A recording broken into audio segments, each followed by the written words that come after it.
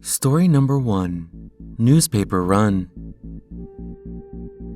I live in one of those small, quaint neighborhoods where everyone has the same picket fence around their house, and the newspaper boy rides down the street on a bike every morning.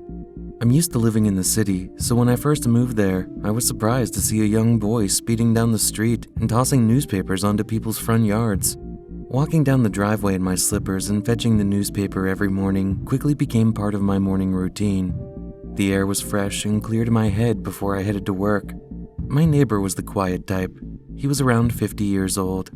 He was your usual grumpy old man yelling at kids to get off his lawn. I kind of loved him for that. He tied the whole living in a small town experience together and made it 100 times better. The one creepy thing about him was how early he woke up. I would go out to fetch my newspaper at around 6 in the morning, and he would already be sitting in a squeaky rocking chair on his porch. He would watch me closely as I walked down my driveway. Like, he would properly stare at me. I don't even think he blinked.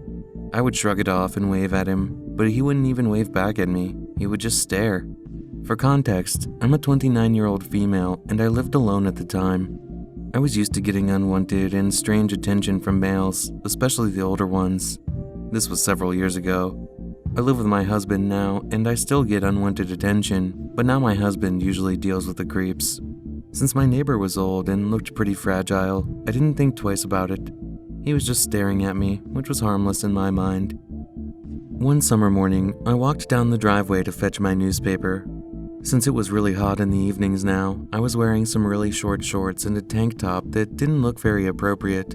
The plan was to run down the driveway and back inside as fast as I could. When I got to the bottom of the driveway, I noticed that my neighbor was out on his porch. He was slowly rocking back and forth and staring directly at me. I paused and waved at him as usual. As usual, he didn't wave back. I didn't think anything of it since it was so natural by this point, and I leaned down to pick up the newspaper. By the time I straightened up, with the newspaper in my hand, I looked across the street at my neighbor's house, and he was gone. I stared at the empty rocking chair for a moment. I had never seen my neighbor leave that rocking chair until late in the afternoon, so it was a bit strange to see it empty. I shook it off and turned back to head towards my house. I was walking back up the driveway when I heard footsteps behind me. My driveway was made out of gravel, so it was easy to hear if someone was walking over it. I spun round on my heels and came face to face with my neighbor. He was standing right behind me, and the moment our eyes met, he froze. I watched as a weak, sickly smile spread from one cheek to the other. It was so weak that his smile was literally shaking, as if he wasn't strong enough to hold it up. He just stared at me, unblinking. I'm going to be honest, I didn't know what to do. I kind of just backed away slowly. I treated him like a wild animal in the woods. Thankfully, he didn't follow me. He just stood in the middle of my driveway, staring at me with that shaky smile and not blinking the whole time. I reached my house, shut the door, and peeked at him through the blinds. I think he stood there for a solid 10 minutes before he finally turned around and wobbled back towards his house. I have no idea what he was thinking or what he was doing. To this day, that was the creepiest experience I've ever had. Story number 2. Peeping Tom. I lived next door to a Peeping Tom for most of my childhood. I didn't actually know what a Peeping Tom was when I was younger, but as I grew older, I slowly started to realize how messed up my neighbor's kid actually was. The creepy thing is, his name was Tom. When we first moved in, I remember the day like it was yesterday because I was not happy about leaving my old town and all of my friends behind. Tom was the first person I met. He was my neighbor's son, and as far as we could tell, it was just him and his dad. He didn't have any siblings, and the mom didn't seem like she was in the picture. I didn't like Tom at first. I got a weird feeling from him. He was smiling all of the time, didn't speak, and mostly just stared at me. My little sister was around 6 at the time, and I was 9. I didn't hang out with her much, and I wasn't interested in making any new friends yet, but my parents encouraged me to give him a chance. Reluctantly, I did. There was a pool in our back garden, and that was honestly the best thing about the move for me. It was the middle of winter when we moved there. The pool was empty, but the moment summer came around, we filled it with water, and I ended up spending most of my time out there. Tom didn't seem that upset that I wasn't hanging out with him as much anymore. I only found out why a few years later. I was tanning out by the pool one day. My little sister was playing in the pool, and I was lying down on the warm bricks beside it. I had my eyes closed for most of the time. Then I had that feeling that I was being watched. I opened my eyes and looked around.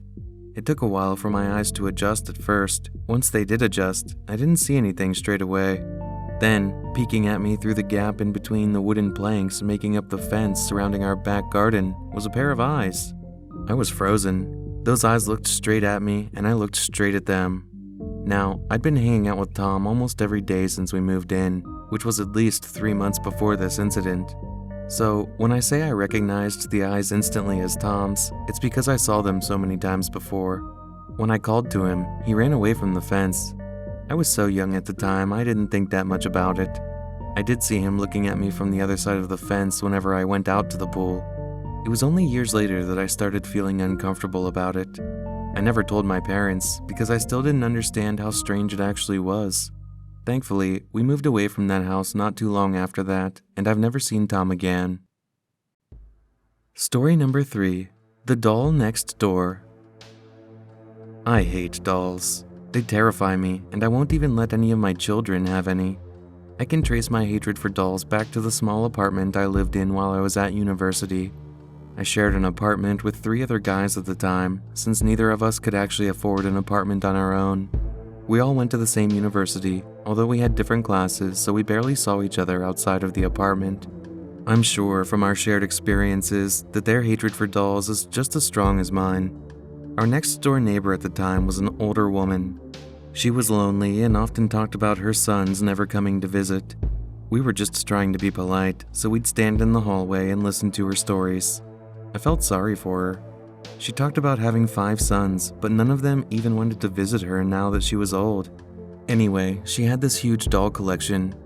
This one day, she somehow tricked me and one of the other guys into agreeing to a tour of her doll collection. She had a whole room filled with them. There were floor-to-ceiling shelves lining the walls, stuffed full of dolls. It was creepy. That was only the beginning.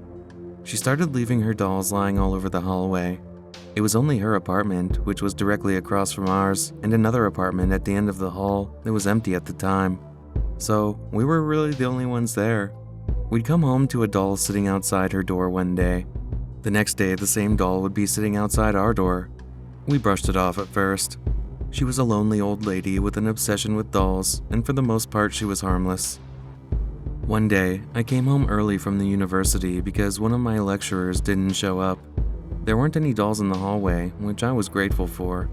I was so fixed on the dolls that might be in the hallways that I didn't notice my apartment door was open. None of my roommates were supposed to be home soon, and we all pretty much remembered to close and lock the door behind us when we left. This had never happened before. I was cautious as I walked into my apartment. I guess I was expecting to find an intruder, or at least some kind of evidence of an intruder. That is nowhere near what I did find. I walked into the apartment to find the same doll sitting right in front of the door, looking up at me. At this point, the old lady across the hall didn't seem that harmless anymore. She'd broken into our apartment while we were gone, just to leave one of her creepy dolls by the door. I was angry, but I was more scared. It was the creepiest thing I could remember happening to me at any point in my life. The lady didn't really do anything else after that point. I told my roommates about it. We agreed not to do anything about it, but we all avoided the old lady after that point. Since that point, I hate dolls more than anything else. Story number 4. The Rat Man. New York isn't known for being the best place to find friends. I think the weirdest and creepiest neighbor stories I've heard have all come from New York. So, I have a creepy neighbor story of my own from the brief time I spent in New York City.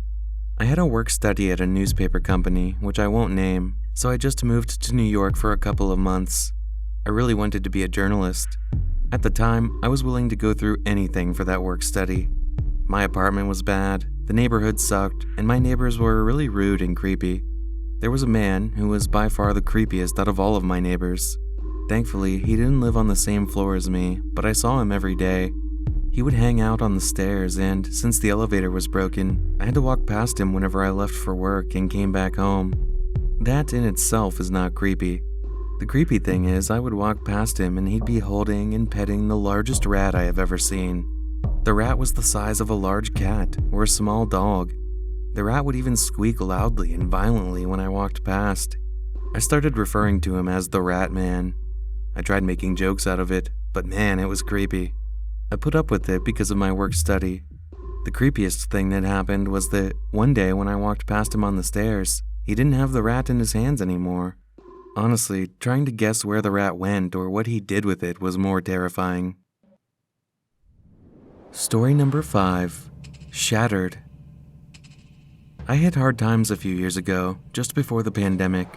It got so bad to the point where I had to move back in with my parents. My parents had moved to a new house in a new neighborhood recently, and I hadn't been to visit them yet. Before I moved in with them, I heard a lot of stories about their next-door neighbors. My parents hated them, and they often told me about the fights they would have. They would have loud parties in the middle of the week and keep my parents up until late. They would park my parents in, and my father would have problems getting to work in the morning. They said that their neighbors even left a threatening note on their porch once, but they had no proof. Anyway, I knew all of this before I had moved in with them, but I hadn't met the neighbors yet and I had no idea what to expect. The first time I met them, I was unpacking my car. I spotted them peering out their front door at me. They looked very unimpressed, shaking their heads and frowning. Despite all the stories I heard, I was determined on making a good impression since I didn't know how long I was going to be staying there. I gave them a friendly wave and smile, but they just retreated into their house and slammed the door. I shrugged it off and continued on with my life. I've been told that I have a bad temper, and I guess I escalated the problem just by being there. All the things that my parents told me about continued to happen. Where my parents learned to live with it, I slowly got angrier and angrier at the situation. Eventually, I couldn't take it anymore. I woke up to my parents complaining that my father was going to be late to work again because the neighbors had parked them in. Now, our neighbors had a driveway and garage of their own. They could park in front of their own house. Instead, they decided to park in front of my parents' driveway and stop my father from being able to drive out. I got so angry, I stomped over to their house and banged on the door. My face was red and I had to hold myself back from ripping the door off its hinges. Basically, when they opened the door, it escalated into a full-on screaming match that woke up most of the neighborhood. I think someone even called the cops. I don't remember it that well, but it was bad. That's not the bad thing that happened. I lost my temper and I made things so much worse for my parents. We didn't hear from the neighbors in a while until one day we came back from a night out. We pulled up to the house and instantly saw that all the windows at the front of the house were smashed. There was shattered glass all over the place. As we went around the house, we found that every single window was shattered from the outside and the glass shards were lying all over the floor inside. Now, we had no proof that it was the neighbors that did it, but neither I nor my parents had any doubt in our minds that it was them. Now, as creepy as that was, they didn't really do anything else after that. They kept to themselves and stopped bothering us. I think I scared them just as much as they scared us. I don't live with my parents anymore, but they haven't told me anything bad about the neighbors since.